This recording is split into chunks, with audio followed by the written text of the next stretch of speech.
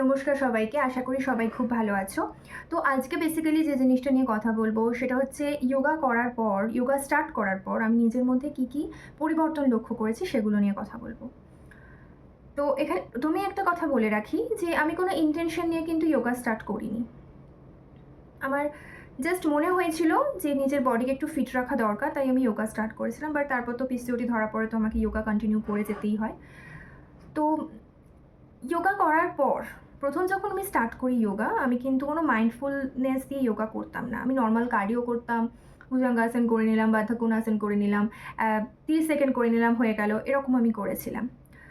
আস্তে আস্তে যত সময় যেতে থাকে, ১ বছর যেতে থাকে, ২ বছর গেল, তারপরে কিন্তু আমি মাইন্ডফুল যোগা করা স্টার্ট করি। ঠিক আছে? তখন থেকেই আমি পরিবর্তন লক্ষ্য করা শুরু করি। যোগা করি, তারপরে আমি প্রাণায়াম স্টার্ট করি। আমি স্টেপে স্টার্ট করেছিলাম। আমি সব কিছু একসাথে নিজের লাইফে গ্যাদার করিনি, কারণ আমি জানতাম আমি ওভাবে কখনোই কন্টিনিউ করতে পারবো না। একই দিনে যোগা, প্রাণায়াম, মেডিটেশন, পড়াশোনা সব কিছু একই দিনে সম্ভব হয় না, তাই আমি অল্প দিয়ে স্টার্ট করেছিলাম। আমি ০.৫ ঘন্টা যোগা দিয়ে স্টার্ট করি। আস্তে যখন ২ মাস চলে যায়, প্রাণায়ামা ইনক্লুড করি। তারপর যখন ৩-৪ মাস হয়ে যায়, তখন আমি ৫ মিনিট চুপচাপ বসে থাকা ইনক্লুড করি। আস্তে মেডিটেশন ইনক্লুড করি। অ্যান্ড এখন আমি ২০ মিনিট ৩০ মিনিট মেডিটেশন করতে পারি, আমার প্রবলেম হয় না অতটা। তো ১মেই আমি যেটা বলব, ১ম যে পরিবর্তন আমি লক্ষ্য করি সেটা হচ্ছে আমি নিজেকে কোনোদিনও ভালোবাসিনি। আমি সবসময় পরের ভালো করা, বাবা-মা কিসে ভালো থাকবে, বন্ধু-বান্ধব কিসে ভালো থাকবে, এগুলোতে প্রায়োরিটাইজ করেছি। অনেক ক্ষেত্রেই এমন হয়েছে আমি নিজের ভালো লাগাকে, নিজের ভালো থাকাকে প্রায়োরিটাইজ করিনি। নিজের উপর আননেসেসারি বার্ডেন ক্রিয়েট করতাম। সব কিছুতে মাথা ঘামিয়ে ফেলতাম। অ্যান্ড যার জন্য কী হতো, আমার মধ্যে রাগ সৃষ্টি হতো, ডিস্টার্বেন্স সৃষ্টি হতো। কারণ কি, আমি একটা সামনের মানুষকে যতটা প্রায়োরিটি দিচ্ছি, সে আমাকে ততটা দিচ্ছে না। তখনই রাগ সৃষ্টি হয়, তার প্রতি একটা বিরূপ মনোভাব সৃষ্টি হয়। এগুলো ছিল আমার।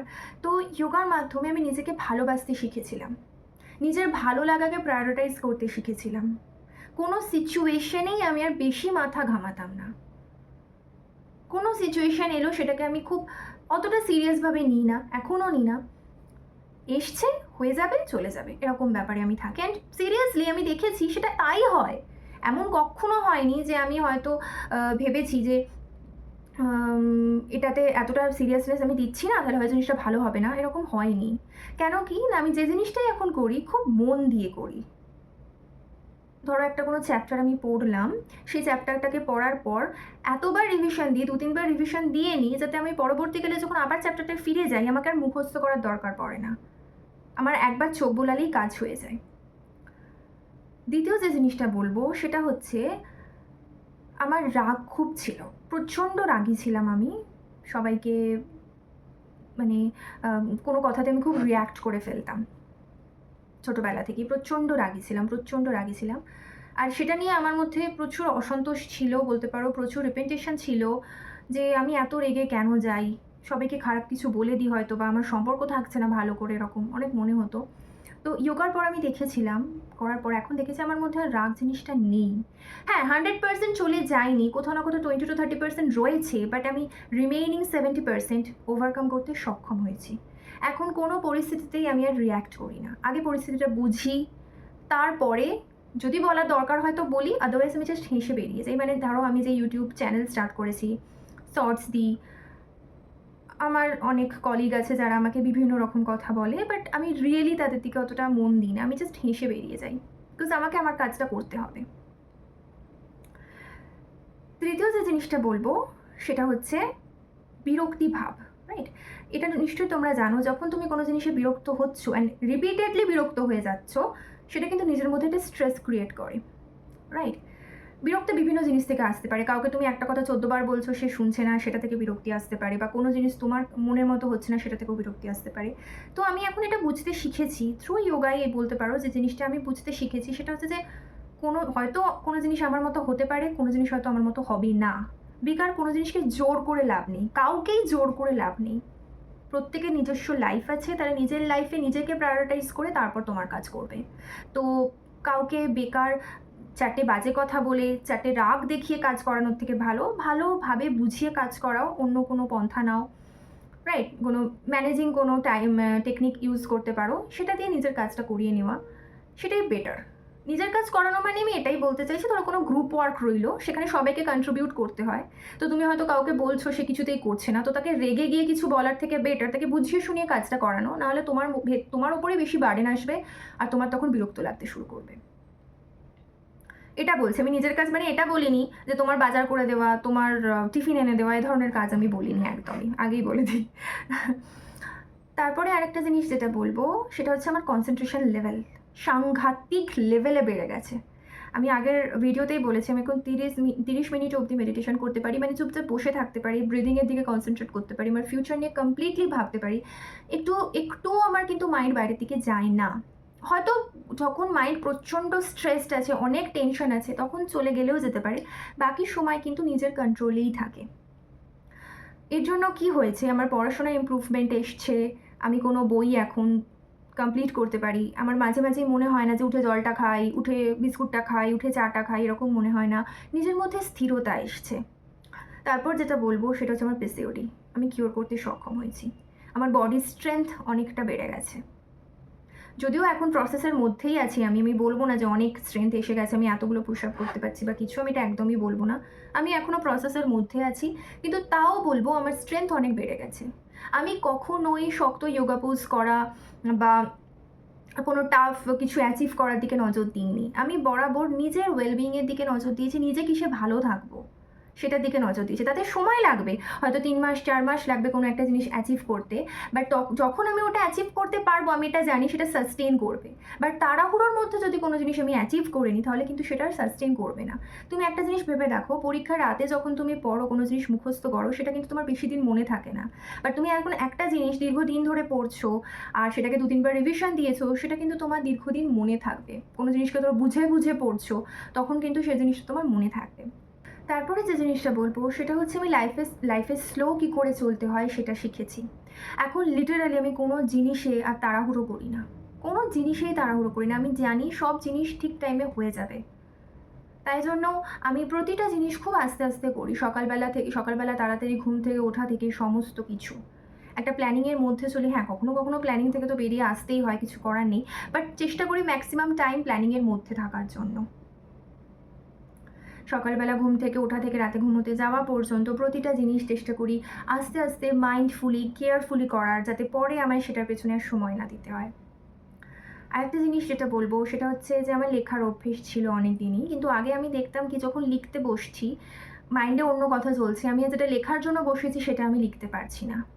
বাট এখন যে জিনিসটা হয়, আমি প্রতিটা লাইন বুঝে বুঝে লিখতে পারি, মাথার মধ্যে ভোকাবুলারি চলতে থাকে যে এটা লিখলে এটার পর এই ওয়ার্ডটা আমি ইউজ করতে পারি, তাতে আরও ভালো শোনাবে জিনিসটা, এরকম।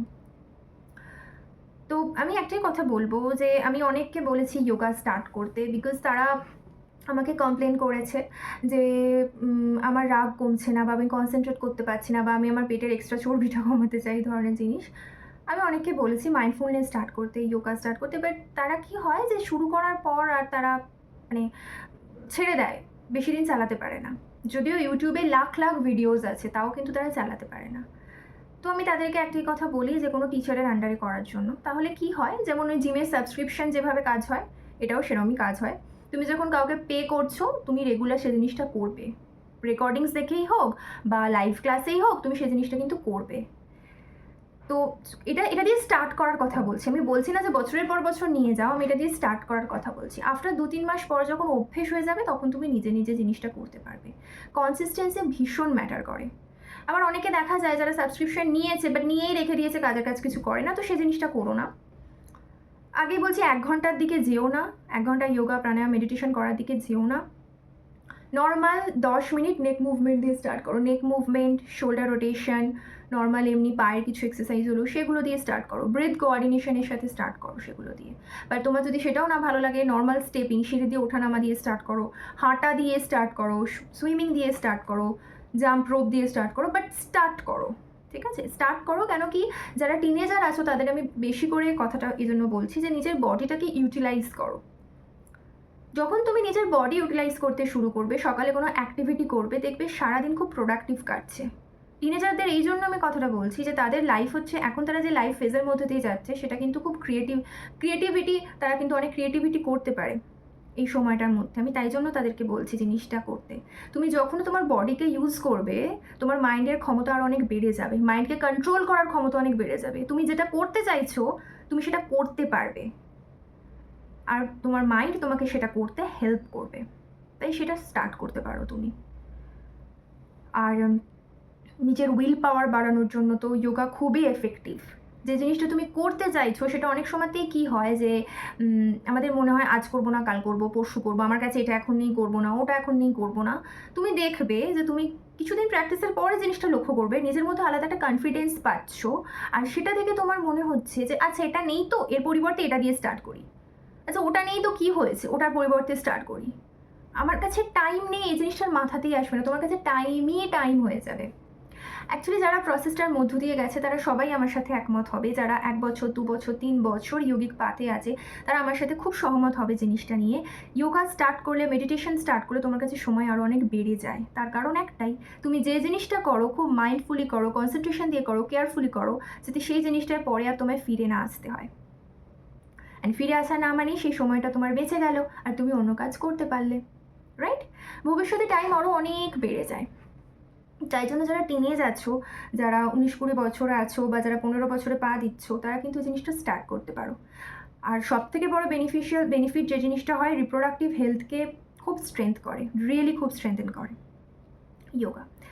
তো স্টার্ট করতে পারো, কিন্তু প্রথমেই আমি যেটা বলবো, এক সপ্তাহ 1 ঘন্টা এরকম স্টার্ট করো না, 10 মিনিট 15 মিনিট দিয়ে স্টার্ট করো, আস্তে আস্তে গ্র্যাজুয়ালি সেটাকে ইনক্রিজ করো যদি টাইম পারমিট হয়। সবাই খুব ভালো থেকো, নমস্কার।